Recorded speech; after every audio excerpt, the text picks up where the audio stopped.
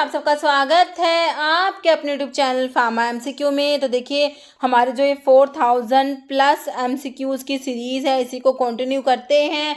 उड़ीसा के pharmacist exam के लिए हमने सीरीज़ को स्टार्ट करा। इसमें हमने जो अपना डिप्लोमा का सिलेबस है उसके अकॉर्डिंग जो है सारे टॉपिक्स के एमसीक्यूज़ मैंने आपको इस सीरीज़ में प्रोवाइड करा दी हैं। ऑलमोस्ट हमने सिलेबस कंप्लीट कर लिया है, थोड़ा बहुत जो है हमारा रिमेनिंग है वो भी अभी हम लोग कवर कर लेंगे। ओके, तो देखिए अभी जो है हम जो अपना है ह्यूमन एनाटॉमी एंड फिजियोलॉजी जो है इसके जो है क्वेश्चंस डिस्कस कर रहे हैं। अभी जो आज का हमारा टॉपिक नर्वस सिस्टम, जो आपका सेंट्रल नर्वस सिस्टम है और सेंस ऑर्गन्स जो है उनके क्वेश्चन से हम लोग आज की वीडियो में देखने वाले हैं।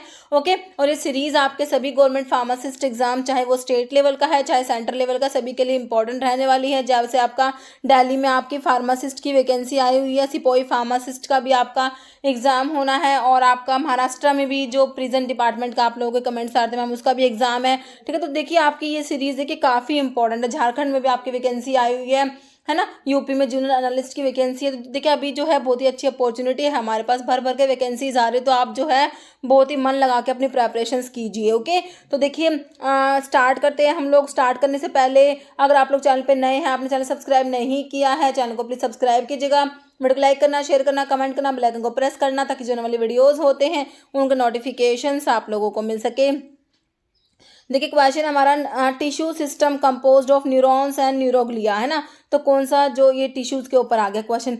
मस्कुलर टिश्यू, एपिथेलियल, कनेक्टिव, तो आपका ये नर्वस टिश्यू होता है ना, जिसमें आपका न्यूरॉन्स एंड न्यूरोग्लिया सेल्स होती है। नेक्स्ट है dash is a inferior part of brain stem. Brain stem जो है उसका इंफीरियर पार्ट कौन सा होता है, सेरिब्रम, सेरिबेलम, ग्रे मैटर या मेडुला ऑब्लोंगाटा। तो आपका जो इंफीरियर पार्ट होता है ब्रेन स्टेम का, ये आपका मेडुला होता है, मेडुला ऑब्लोंगाटा होता है ना। इसमें हमारे वाइटल सेंटर्स प्रेजेंट होते हैं। जैसे क्वेश्चन आता है रेस्पिरेटरी सेंटर कहाँ प्रेजेंट है, रेस्पिरेटरी सेंटर हमारा कहाँ है, मेडुला में होता है। कार्डियोवास्कुलर सेंटर कहाँ प्रेजेंट होता है, वॉमिटिंग सेंटर जो होता है ये सब मेडुला में होते हैं।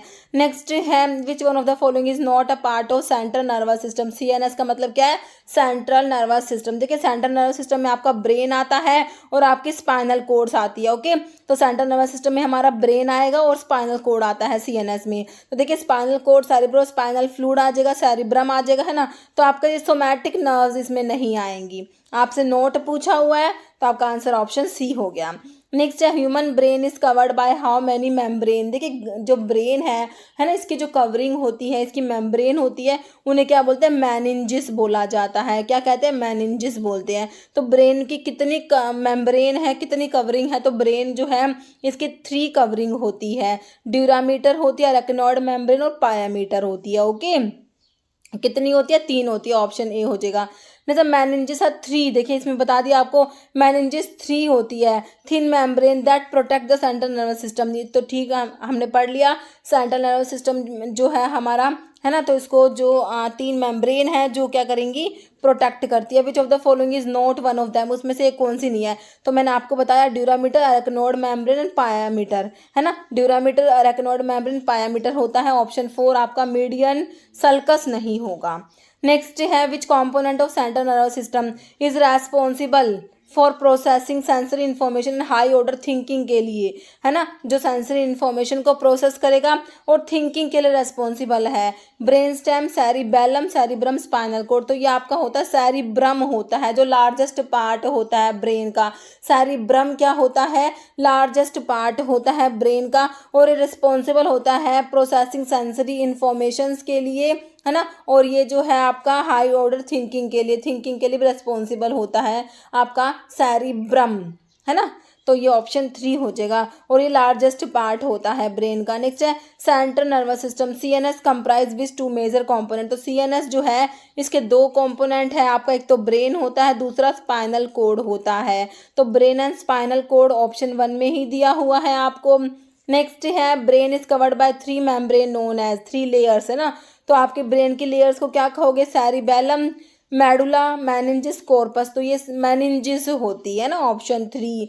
नेक्स्ट तो इसमें लिखा भी इनर मोस्ट, तो मैंने आपको बता दिया अभी 3 होती है, dura mater, arachnoid membrane and pia mater. सबसे अंदर वाली पायामीटर है, बीच वाली आपकी अरेक्नॉइड होती है, सबसे बाहर वाली आउटर जो होती है ड्यूरामीटर। ओके, नेक्स्ट है involuntary action in the body are controlled by which part of brain, medulla oblongata, cerebellum, cerebrum, thalamus. तो आपका जो मेडुला होता है ना, तो इनवॉल्यूंटरी एक्शंस जो होती है बॉडी के, ये कौन कंट्रोल करेगा? जैसे आपका स्नीजिंग, कफिंग, स्वेलोइंग, ये वॉमिटिंग सेंटर सारे, आप कार्डियोवास्कुलर सेंटर मैंने आपको बताया, रेस्पिरेटरी सेंटर मैंने आपको बताया, ये सारे जो है सेंटर्स आपके मेडुला में हैं। ओके, तो आपका इनवॉल्यूंटरी एक्शंस जो है इन सबको आपका मेडुला कंट्रोल करेगा।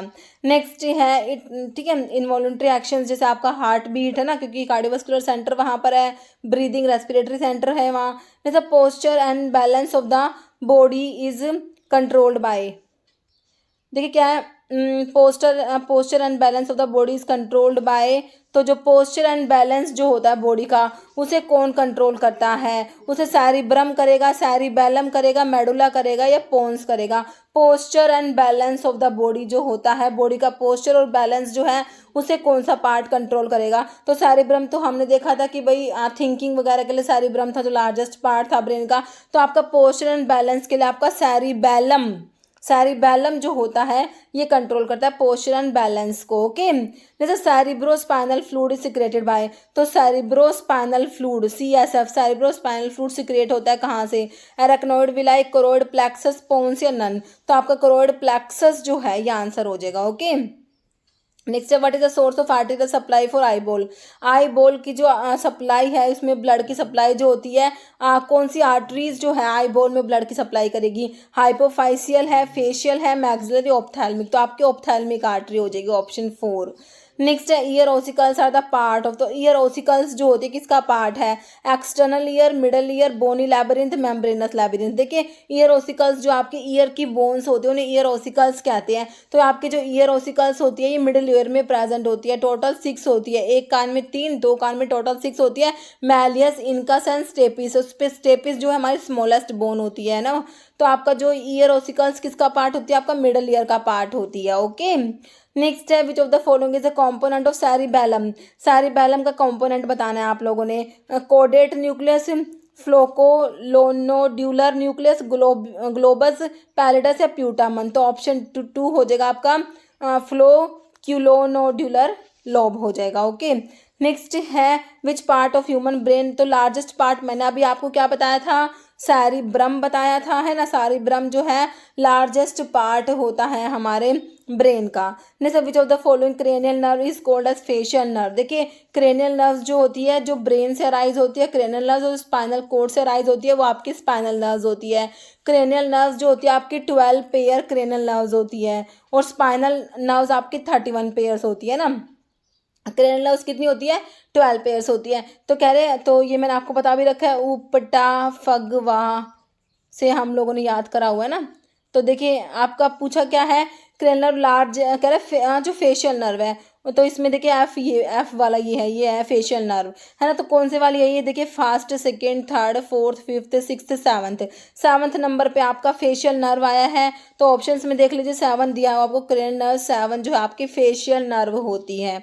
ओके, नेक्स्ट है which of the following type of neuron carry impulse from sense organ to brain and spinal cord, मतलब सेंस ऑर्गन से इंफॉर्मेशन लेके जा रही है CNS की तरफ। तो ये कौन से टाइप के आपके न्यूरॉन्स है? मोटोर है, साइनेप्स है, सेंसरी है या फिर इंटर न्यूरॉन्स है? तो ये हमारे सेंसरी न्यूरॉन्स होते हैं, सेंसरी न्यूरॉन्स होते हैं जो CNS के पास इंफॉर्मेशन लेके जा रहे हैं, सेंस ऑर्गन से CNS के पास लेके जा रहे हैं, वो हमारे सेंसरी न्यूरॉन्स होते हैं। ओके, तो sensory neurons carry impulse from receptor to the sense organ to the CNS, है ना। सेंस ऑर्गन से CNS के पास लेके जा रहे हैं, वो तो हमारे सेंसरी हो गए। अब CNS से जो इफेक्टर ऑर्गन के पास लेके जाएंगे वो हमारे मोटोर न्यूरॉन्स होते हैं। जैसे middle protective covering layer of brain, तो ब्रेन की हमने 3 लेयर देख ली, जो है ड्यूरामीटर, एराक्नोइड मेम्ब्रेन, पायामीटर। तो मिडिल वाली आपकी ये एराक्नोइड मेम्ब्रेन थी, है ना। सबसे जो अंदर है इनर वाली पायामीटर, और जो आउटर वाली ड्यूरामीटर याद रखनी है। तो आपसे मिडिल पूछिए तो एराक्नोइड मैटर हो जाएगा ऑप्शन C।